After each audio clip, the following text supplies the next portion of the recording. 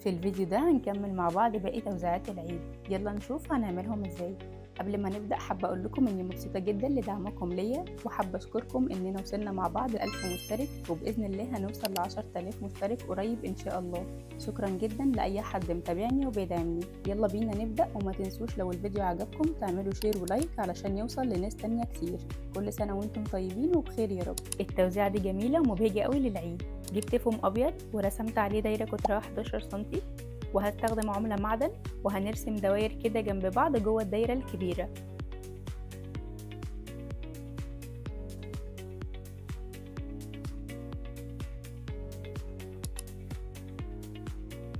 هنقص بقى الشكل ده، وهنحتاج منه واحد كمان. بعد كده قصيت شريط من الفوم مقاس 3 في 16 سنتي، وهحط على الحرف بتاعه شمع وهلزقه على الدايره الاولى كده. بعدين هلزق عليه الدايره التانية، وقصيت شريط كمان مقاس 2 في 25 سنتي عشان اعمله ايد للشنطة، وهحط شمع على حرف الشريط وهلزقه من جوه كده. والخروف ده هلزقه في النص كده، وممكن كمان نعمله من الفوم. وهنحط بقى التوزيعات بتاعتنا، وبس كده خلصنا.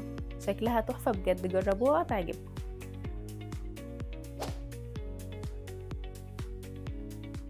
أشيك وأسرع توزيع تنفع لأي مناسبة. استخدمت ورق مطبوع مقاس 16 في 20 سنتي. هطبق 1 سنتي كده من حرف الورقة، وهحط عليه لزق دبل فيس، وهطبق الورقة بالنص كده بالشكل ده عشان ألزقها في بعض. وهتنيها مرة كمان. هفتح آخر تانية وهحدد 4 سنتي من الأطراف وهتنيها، وهعمل كده فوق برضو. بعدين هنتني الورقة على بعض كده، وهقص ال4 زوايا بالشكل ده.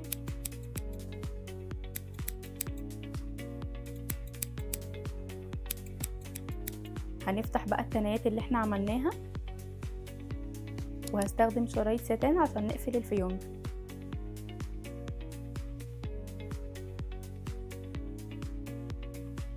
هقفلها من جنب، وبعدين هحط التوزيعات وهقفلها من الجنب التاني.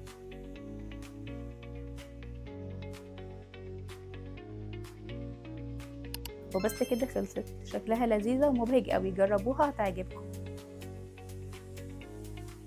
التوزيعة دي سهلة وجميلة قوي. هنحتاج غطا الكوبايات البلاستيك ده، هنحط فيه التوزيعات بتاعتنا. وعشان اقفل الغطا هستخدم دايرة من ورق الكانسون اكبر منه شوية. هحط شمع على حرف الغطا، وهلزق الورقة عليه، وهقص بقى كل الزيادة.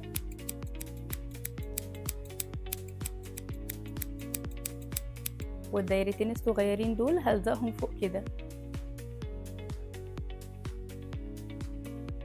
وهلزق كمان فيونكة من الستان في النص كده. وهستخدم عصيان خافض ملونة وهلزقها عليها. والستيكر ده هلزقه في النص كده. وبس كده بقت جاهزة. فكرتها سهلة وجميلة وهتنفع في أي مناسبة. فكرة التوزيع دي بسيطة وسهلة قوي. هنحتاج شاليمو، وهلزق عليه دبل فيس كده.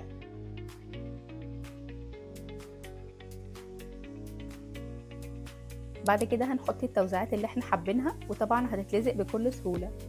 بعدين هستخدم كيس سلوفان وهحط التوزيعات جواه، وبشريط من الستان هقفله وهعمله فيونكة كده.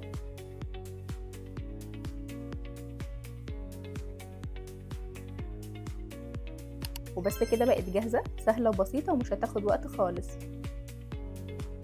لو وصلتوا لحد هنا من الفيديو ما تنسوش تعملوا لايك وسبسكرايب وتفعلوا زر الجرس علشان يوصل لكم كل جديد هعمله بإذن الله.